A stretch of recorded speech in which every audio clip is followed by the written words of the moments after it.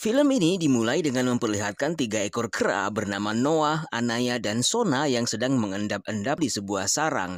Mereka berniat kembali ke desa, namun saat itu Noah menyadari bahwa kain yang ia tempatkan di pelana kuda dan biasa dibawa pergi kemanapun telah hilang.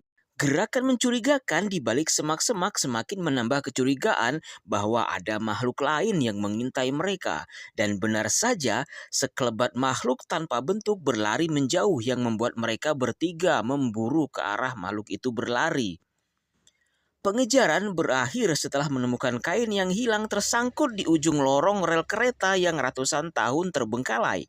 Setelah mendapatkan kain, mereka kembali ke desa tanpa mengetahui siapa pelaku pencuri kain tersebut. Sesampainya di desa, baru diketahui ternyata mendapatkan telur elang merupakan suatu kebanggaan bagi warga setempat, karena masyarakat kera di desa itu dilatih untuk menjadi pelatih burung elang. Kebanggaan terlihat jelas pada raut wajah Ibu Noah yang meyakini bahwa anaknya adalah seorang pemanjat yang ulung. Di hadapan sang ayah, Noah mengaku bahwa kain yang ia bawa telah dicuri oleh seseorang. Namun sang ayah mengenali aroma kain itu berasal dari bangsa manusia, dan mereka lebih mengenal manusia sebagai hama yang sering merusak. Bahkan para tetua di desa itu menganggap apapun yang berhubungan dengan manusia, maka itu berarti pertanda buruk bagi desa. Untuk mengusir bangsa manusia, maka diutuslah seekor kera terkuat bernama Oda untuk menakuti bangsa manusia agar menjauh dari desa. Dan pada malam hari saat Noah sedang memperbaiki jemuran ikan, ia mendengar suara mencurigakan yang muncul dari dalam sebuah gubuk. Saat diperiksa, Noah melihat sesosok makhluk menyerupai manusia yang tiba-tiba menyerang dirinya. Serangan itu mengakibatkan pecahnya telur yang ia jaga untuk upacara esok pagi. Karena upacara dianggap sakral, maka Noah bertekad mencari penggantinya di dalam hutan malam itu juga. Di tengah perjalanan, Noah menemukan banyak jasad kera berserakan di jalan dan salah satunya adalah Oda. Di tengah kebingungan, Noah melihat segerombolan kera dari kelompok lain datang menghampiri yang dipimpin oleh seekor gorila. Para kera tersebut beranggapan bahwa pelakunya adalah bangsa manusia dari aroma kain yang mereka dapat. Sialnya lagi, kuda yang dipakai oleh Noah tidak diikat sehingga kuda tersebut dijadikan petunjuk arah yang tentunya menuju dari mana kuda itu berasal. Noah yang menyadari bahwa kuda itu menuju desanya segera menyusul. Namun ia terlambat karena menemukan desanya telah porak-poranda oleh bangsa kera dari suku lain yang menganggap bahwa suku di desa Noah menyembunyikan manusia. Noah yang menyadari adanya bahaya segera memanjat ke puncak menara tempat ayahnya berada. Namun sayangnya sang gorila mengetahui hal itu dan segera menyusul ke puncak menara. Ayah Noah diserang habis-habisan oleh sang gorila hingga membuatnya sekarat. Sementara Noah yang berusaha menolong tentunya kalah dalam hal stamina yang membuat Noah terlempar jatuh ke bawah. Keesokan harinya, Noah yang ternyata masih hidup menemukan sang ayah telah tiada. Setelah memakamkan ayahnya, Noah bertekad mencari keberadaan anggota keluarganya yang dibawa oleh kera dari suku lain. Jejak kaki yang tertinggal di ujung lorong rel kereta membuat Noah terpaksa masuk ke dalam lorong walaupun hal itu sangat dilarang. Dan saat keluar dari lorong, ia menemukan banyak sisa peradaban manusia yang hanya tersisa puing-puing semata. Dan setelah cukup lama menempuh perjalanan, ia akhirnya bertemu dengan seekor kera tampan berjenis orangutan bernama Raka. Raka mengakui bahwa ia hanya seorang diri dan selama ini menjaga buku kuno yang ia yakini bahwa buku itu berisi ilmu pengetahuan nenek moyangnya zaman dulu yang dituangkan dalam tulisan yang ia sendiri sama sekali tidak tahu artinya.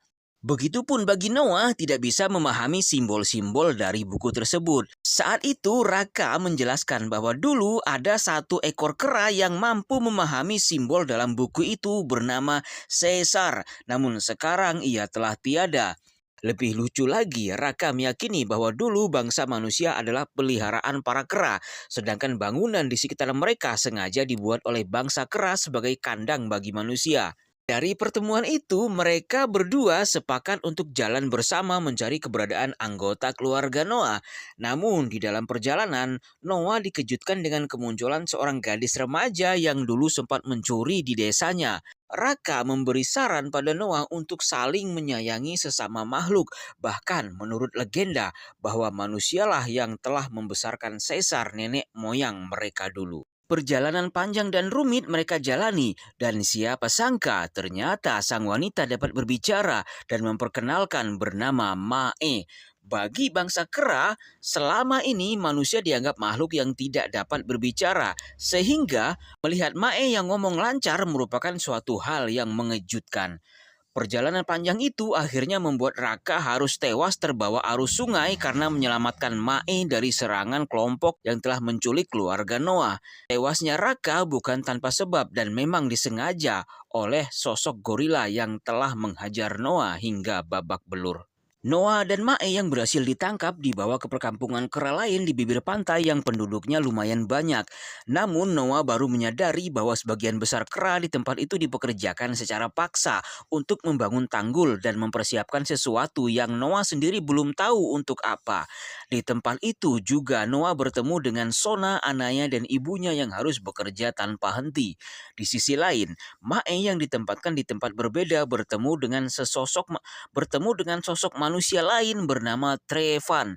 Trevan merupakan satu-satunya manusia di tempat itu yang dapat membaca, sehingga ia bertugas membacakan dongeng untuk sang Proximus. Dan tidak lama kemudian, sosok Proximus yang menjadi pemimpin para kera sekaligus pengganti Caesar muncul dan berdiri di atas altar.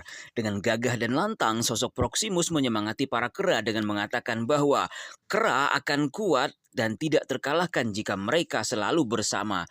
Kata-kata itulah yang dulu selalu diucapkan oleh pemimpin pertama mereka, Caesar, dan sekarang dialah pengganti Caesar. Dan ternyata baru terungkap tujuan Proximus mempekerjakan para kera adalah untuk membuka bunker penyimpanan yang telah ratusan tahun terkunci tanpa ada yang bisa membukanya. Proximus memaksa puluhan kera dan juga kuda untuk menarik pintu bunker supaya terbuka. Namun hal itu sia-sia karena bunker masih tertutup rapat dengan kokoh. Noah tidak mengetahui apa maksud Proximus sehingga Proximus sangat berambisi membuka bunker tersebut. Namun terlihat jelas kekecewaan dari raut wajah Proximus saat melihat bunker gagal dibuka untuk yang kesekian kalinya. Mae dan Noah diundang saat jamuan makan siang bersama. Proximus saat itu merayu Mae untuk memberitahu cara membuka bunker itu, namun yang pastinya hal itu ditolak mentah-mentah oleh Mae. Tidak sampai di situ, ia juga mempengaruhi Noah untuk tidak mempercayai manusia, karena manusia berniat melenyapkan bangsa kera dengan peralatan berbahaya yang ada di bunker. Dari raut wajah, Noah mulai sedikit terpengaruh oleh ucapan Proximus. Maka malam harinya, Noah secara diam-diam mendatangi Mae dalam camp. Saat itu, Noah menanyakan perihal apa yang telah diucapkan oleh Proximus pada Noah. Mae mengakui apa yang telah dikatakan oleh Proximus benar adanya, namun ia dengan lantang mengatakan bahwa apa yang ada di dalam bunker adalah milik manusia yang digunakan pada masa lalu. Mae juga menjelaskan bahwa dulu manusia sangat pintar, bahkan para kera yang mampu berbicara saat ini adalah hasil dari kerja keras manusia. Namun justru para kera melawan manusia yang membuat manusia nyaris punah. Mae juga mengakui bahwa satu-satunya yang bisa membuka bunker itu adalah dirinya. Setelah mendengar semuanya, Noah memiliki sebuah rencana dan rencana itu tidak bisa terlaksana tanpa bantuan Mae. Noah juga mengajak kedua rekannya, Sona dan Anaya, untuk bergabung menjalankan rencana mereka. Awalnya, Anaya tidak ingin bergabung karena ia merasa bahwa rencana itu tidak akan berhasil sesuai yang diharapkan. Akan tetapi, ia berubah pikiran dan bergabung menjalankan rencana mereka tersebut. Akhirnya, mereka menjalankan rencana dengan memasang sesuatu pada tanggul penahan air laut. Akan tetapi, rencana mereka diketahui oleh Trevan yang tidak setuju dengan aksi mereka berempat. Mengetahui Trevan akan merusak rencana, akhirnya tidak ada pilihan lain bagi Mae selain menghapus Trevan dari dunia.